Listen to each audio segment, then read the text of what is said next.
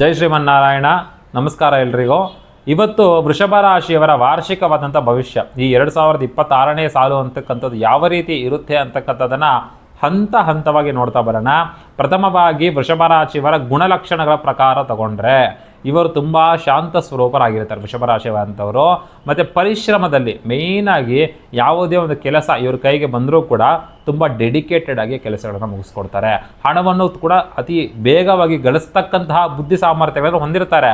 ಆದರೆ ಹಣವನ್ನು ಉಳಿಸೋದ್ರಲ್ಲಿ ಸ್ವಲ್ಪ ಎಡವುತ್ತಾರೆ. ಯಾವ ರೀತಿ ಅಂತಂದರೆ, ಯಾರಾದರೂ ಸುಖ ಸುಮ್ಮನೆ ಹಣ ಕೇಳಿಬಿಟ್ರೆ ಎಮರ್ಜೆನ್ಸಿ ಅಂತ ಹೇಳಿದ್ರೆ ಸಾಕು ಕೊಟ್ಬಿಡ್ತಾರೆ.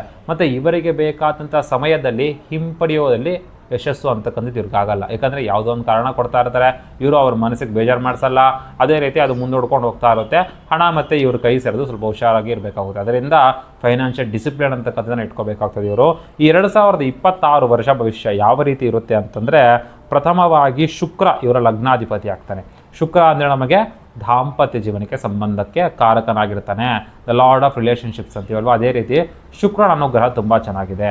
ಶುಕ್ರನಿಗೆ ಅಧಿದೇವತೆ ಯಾರು ಅಂದರೆ ಲಕ್ಷ್ಮೀ ದೇವಿ ಆಗಿರ್ತಾರೆ. ಅಂದರೆ ಈ ಶುಕ್ರ ಗ್ರಹ ಮಹಾಲಕ್ಷ್ಮಿಯ ಆಧೀನದಲ್ಲಿ ಇರ್ತಾನೆ. ಆಧೀನದಲ್ಲಿದ್ದಾಗ ಲಕ್ಷ್ಮೀ ದೇವಿಯ ಅನುಗ್ರಹ ಅಂತಕ್ಕಂಥದ್ದು ಇವರಿಗೆ ಯಥೇಚ್ಛವಾಗಿ ಈ ಒಂದು ವರ್ಷ ಸಂಪೂರ್ಣವಾಗಿ ಇರುತ್ತೆ. ಪ್ರಥಮವಾಗಿ ಉದ್ಯೋಗದಲ್ಲಿ ಅಂದರೆ ಕೆರಿಯರ್ ವೈಸಲ್ಲಿ ಈ ವೃಷಭ ರಾಶಿಯವ್ರಿಗೆ ಸಂಬಂಧಪಟ್ಟಂಗೆ ಶುಕ್ರನ ಅನುಗ್ರಹ ಅತಿ ಹೆಚ್ಚಾಗಿ ಇರತಕ್ಕಂಥ ಕಾರಣದಲ್ಲಿ ಕೆರಿಯರಲ್ಲಿ ಚೆನ್ನಾಗಿ ಅಭಿವೃದ್ಧಿ ಆಗ್ತಕ್ಕಂಥದ್ದಾಗುತ್ತೆ. ಮೇಯ್ನಾಗಿ ಸ್ಥಾನಗಳಲ್ಲಿ ಉನ್ನತ ಸ್ಥಾನ ಪಡಿತಕ್ಕಂಥದ್ದು. ಅಂದರೆ ಒಂದು ಜಾಬ್ ಪ್ಲೇಸಲ್ಲಿ ಆಗಿರ್ಬೋದು, ಅವ್ರು ವರ್ಕ್ ಮಾಡ್ತಕ್ಕಂಥ ವರ್ಕ್ ಪ್ಲೇಸಲ್ಲಿ ಕೆರಿಯರ್ ವೈಸಲ್ಲಿ ಇಂಪ್ರೂವ್ಮೆಂಟ್ ಆಗ್ತಕ್ಕಂಥದ್ದು, ಪ್ರಮೋಷನ್ ಸಿಗ್ತಕ್ಕಂಥದ್ದು, ಉನ್ನತವಾದಂಥ ಸ್ಥಾನಗಳನ್ನು ಪಡಿತಕ್ಕಂಥದ್ದು ಆ ಸೂಚನೆಗಳು ಇದೆ. ಮೇಯ್ನಾಗಿ ಟ್ರಾನ್ಸ್ಪೋರ್ಟ್ ಬಿಸ್ನೆಸ್ಗಳಲ್ಲಿ ಯಾರಾದರೂ ಇದ್ದರೆ, ವೃಷಭ ರಾಶಿಗೆ ಸಂಬಂಧಪಟ್ಟಂಗೆ ಟ್ರಾನ್ಸ್ಪೋರ್ಟ್ ಬಿಸ್ನೆಸ್ಗಳಲ್ಲಿ ಅತಿ ಹೆಚ್ಚು ಲಾಭಗಳನ್ನ ತಂದುಕೊಡ್ತಕ್ಕಂಥದ್ದಾಗುತ್ತೆ. ಅಥವಾ ಟೂರಿಸಂ ಸೆಕ್ಟರ್ಸಲ್ಲಿ ಕೆಲಸ ಮಾಡೋರಿಗೂ ಅಷ್ಟೇ ಅತಿ ಹೆಚ್ಚು ಲಾಭಗಳನ್ನು ತಂದುಕೊಡುತ್ತೆ. ಅಥವಾ ಆರ್ಟ್ಸಲ್ಲಿ ಕಲಾ ಸಂಬಂಧಿತವಾದಂಥ ಕೆಲಸಗಳಲ್ಲೂ ಕೂಡ ಅತಿ ಹೆಚ್ಚು ಲಾಭಗಳು ಅಂದರೆ ಜನಾಕರ್ಷಣೆ ಆಗ್ತಕ್ಕಂಥದ್ದು ಈ ವರ್ಷ ತುಂಬ ಚೆನ್ನಾಗಿರುತ್ತೆ ಶುಕ್ರನ ಅನುಗ್ರಹದಿಂದಾಗಿ. ಅದರಿಂದ ಈ ರಂಗಗಳಲ್ಲಿ ಉನ್ನತವಾದಂಥ ಹಣ ಗಳಿಸ್ತಕ್ಕಂಥ ಯೋಗವನ್ನು ಶುಕ್ರ ಅಂತಕ್ಕಂಥವನು ಅನುಗ್ರಹ ಮಾಡ್ತಾನೆ. ವ್ಯವಹಾರಗಳಲ್ಲೂ ಅಷ್ಟೇ, ಬಿಸ್ನೆಸ್ಸಲ್ಲಿ ಒಂದು ದೃಷ್ಟಿಕೋನದಿಂದ ನೋಡಿದಾಗ ಶುಕ್ರನ ಅನುಗ್ರಹ ಇದ್ದಾಗ 2025ಕ್ಕಿಂತ 2026ರಲ್ಲಿ ಇಂಪ್ರೂವ್ಮೆಂಟ್ಸ್ ಅಂತಕ್ಕಂಥದ್ದು ಕಾಣುತ್ತೆ. ಹೊಸ ಕ್ಲೈಂಟ್ಸ್ ಸಿಗ್ತಕ್ಕಂಥದ್ದಾಗುತ್ತೆ. ಅತಿ ಹೆಚ್ಚಾಗಿ ರಿಸ್ಕ್ ತಗೊಳ್ತಕ್ಕಂಥದ್ದು ತಪ್ಪಿಸ್ಕೊಳ್ಳಿ ಈ ವರ್ಷ. ಯಾಕಂದರೆ ಶುಕ್ರ ಇದ್ದಾಗ ಖಂಡಿತವಾಗ್ಲೂ ನಿಮ್ಗೆ ಅನುಗ್ರಹ ಮಾಡ್ತಾನೆ.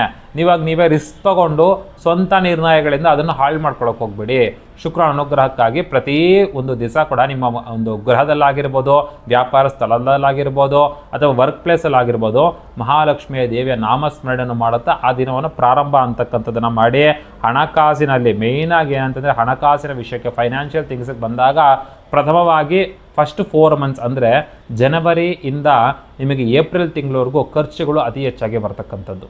ಖರ್ಚುಗಳಲ್ಲಿ ಸ್ವಲ್ಪ ಇತಿಮಿತಿನ ಇಟ್ಕೋಬೇಕಾಗ್ತದೆ. ನೀವು ಅತಿ ಹೆಚ್ಚು ಅಂದರೆ ಅನಿರೀಕ್ಷಿತವಾಗಿ ಬಂದ್ಬಿಡುತ್ತೆ. ಅಂದರೆ ನೀವು ಏನೋ ಪ್ಲ್ಯಾನ್ ಮಾಡ್ಕೊಂಡು ದುಡ್ಡು ಇಟ್ಕೊಂಡಿರ್ತೀರಾ, ಅನಿರೀಕ್ಷಿತವಾಗಿ ಖರ್ಚು ಬಂದ್ಬಿಡುತ್ತೆ, ದುಡ್ಡು ಖಾಲಿ ಆಗ್ತಕ್ಕಂಥದ್ದು. ಅದರಿಂದ ಫೈನಾನ್ಷಿಯಲ್ ಡಿಸಿಪ್ಲಿನ್ ಅಂತಕ್ಕಂಥದ್ದನ್ನು ತುಂಬ ಚೆನ್ನಾಗಿ ಇಟ್ಕೋಬೇಕಾಗ್ತದೆ. ನೀವು ಮೇಯ್ನಾಗಿ ಹೂಡಿಕೆ ಮಾಡ್ತಕ್ಕಂಥದ್ದು ಇವರಿಗೆ ಈ ವರ್ಷದಲ್ಲಿ ತುಂಬ ಅನುಕೂಲವಾಗಿ ಆಗಿಬರುತ್ತೆ.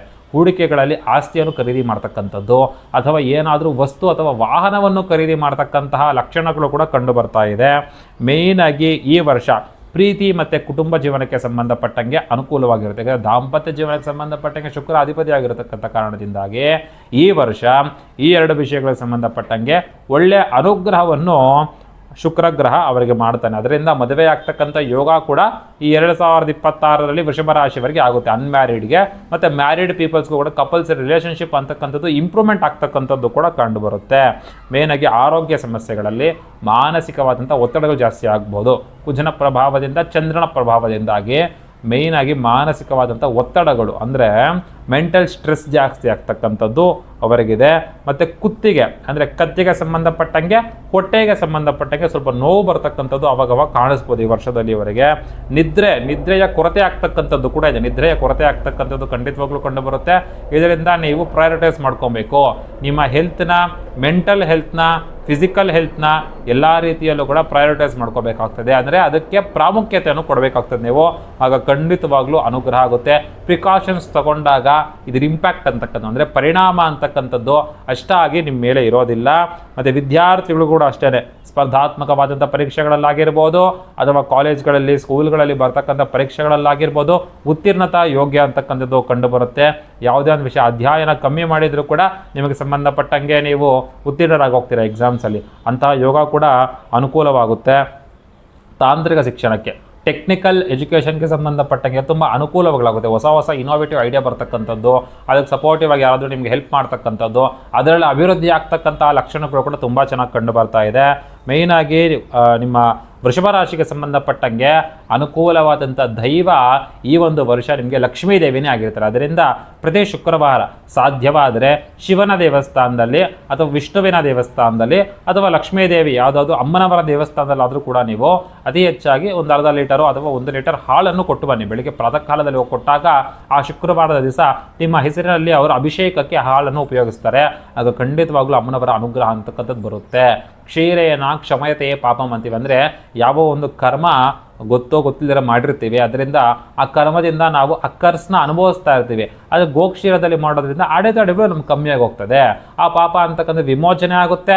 ನಮಗೆ ಫೈನಾನ್ಷಿಯಲ್ ಆಗಿರ್ಬೋದು, ಲೈಫಲ್ಲಿ ಆಗಿರ್ಬೋದು ಬರ್ತಕ್ಕಂಥ ಆಬ್ಸ್ಟೆಕಲ್ಸ್ ವಿಘ್ನಗಳು ತಪ್ಪಿಸ್ಕೋಬೋದು ನಾವು. ಆ ಪಾಪ ಕರ್ಮಗಳು ನಶಿಸಿ ಹೋದಾಗ ನಮ್ಮನ್ನು ಏನೂ ಕೂಡ ಸ್ಟಾಪ್ ಮಾಡೋಕ್ಕಾಗಲ್ಲ. ಆಗ ಅನ್ಸ್ಟಾಪಬಲ್ ಅಂತಕ್ಕಂಥದ್ದು ಆಗುವ. ಅದಕ್ಕೆ ಯಾವತ್ತೇ ಆಗಲಿ ನಮ್ಮ ಪರಿಶ್ರಮದ ಜೊತೆಗೆ ನಾವು ದೈವಿಕವಾದಂಥ ರಕ್ಷಣಾ ವಲಯದಲ್ಲಿ ಇದ್ದಾಗ ಖಂಡಿತವಾಗ್ಲೂ ನಾವು ಅಂದ್ಕೊಳ್ತಕ್ಕಂತಹ ಸಂಕಲ್ಪಗಳಲ್ಲಿ ಎಲ್ಲ ಸಂಕಲ್ಪಗಳು ಕೂಡ ಧಾರ್ಮಿಕವಾಗಿರ್ತಕ್ಕಂಥ ಸಂಕಲ್ಪಗಳು ಸಿದ್ಧಿಯಾಗುತ್ತೆ. ಪ್ರತಿಯೊಬ್ಬರೂ ಕೂಡ ಅಷ್ಟೇ ಲಕ್ಷ್ಮೀ ದೇವಿಯನ್ನು ಈ ವರ್ಷ ತುಂಬ ಅತಿ ಹೆಚ್ಚಾಗಿ ಸ್ಮರಣೆ ಅಂತಕ್ಕಂಥದ್ದನ್ನು ಮಾಡಿ ಓಂ ಶ್ರೀಂ ಶ್ರೀ ಮಾತ್ರೇ ನಮಃ ಈ ಮಂತ್ರವನ್ನು ಕೂಡ ಪ್ರತಿನಿತ್ಯ ಬೆಳಗ್ಗೆ 11 ಬಾರಿ ಹೇಳ್ಕೊಂಡು ನಿಮ್ಮ ದಿನವನ್ನು ಪ್ರಾರಂಭ ಮಾಡಿ. ಅತ್ಯಂತ ಅನುಕೂಲ ಅಂತಕ್ಕಂಥದ್ದಾಗುತ್ತೆ. ಯುವಕ ಅಂತಕ್ಕಂತಹ ಯೂಟ್ಯೂಬ್ ಚಾನಲ್ನ ಕೂಡ ಎಲ್ಲರಿಗೂ ಸಬ್ಸ್ಕ್ರೈಬ್ ಮಾಡ್ಕೊಳ್ಳಿ. ಪ್ರತಿ ಮಾಸದಲ್ಲೂ ಕೂಡ ಇದೇ ರೀತಿ ವೃಷಭ ರಾಶಿಯ ಬಗ್ಗೆ ಅಪ್ಡೇಟ್ಸ್ಗಳನ್ನು ಕೊಡ್ತಾ ಇರ್ತೀನಿ. ಆವಾಗ ನೀವು ಪ್ರಥಮವಾಗಿ ಆ ಅಪ್ಡೇಟ್ಸ್ನ ಮುಖಾಂತರ ನಿಮ್ಮ ರಾಶಿಯ ಭವಿಷ್ಯ ಅಂತಕ್ಕಂಥದ್ದನ್ನು ವೀಕ್ಷಣೆ ಮಾಡ್ಬೋದು. ಮತ್ತು ವೃಷಭ ರಾಶಿಗೆ ಸಂಬಂಧಪಟ್ಟಾಗೆ ಯಾವ ರೀತಿ ಸಕ್ಸಸ್ ಆಗಬೇಕು, ಯಾವ ಕೆಲಸಗಳನ್ನು ಮಾಡಿದ್ರೆ ಅಭಿವೃದ್ಧಿ ಆಗ್ತೀರಾ ಅಂತ ಆ ಒಂದು ವಿಡಿಯೋನು ಕೂಡ ಖಂಡಿತವಾಗ್ಲೂ ನಾನು ಬೇಗ ಅಪ್ಲೋಡ್ ಮಾಡ್ತೀನಿ. ಈ ಒಂದು ವಿಷಯನ ಪ್ರತಿಯೊಬ್ಬರಿಗೂ ತಿಳಿಸಿ ಹೇಳಿ. ಸ್ವಸ್ತಿ ಲೋಕ ಸಮಸ್ತ ಸುಖಿನೋ ಭವಂತು.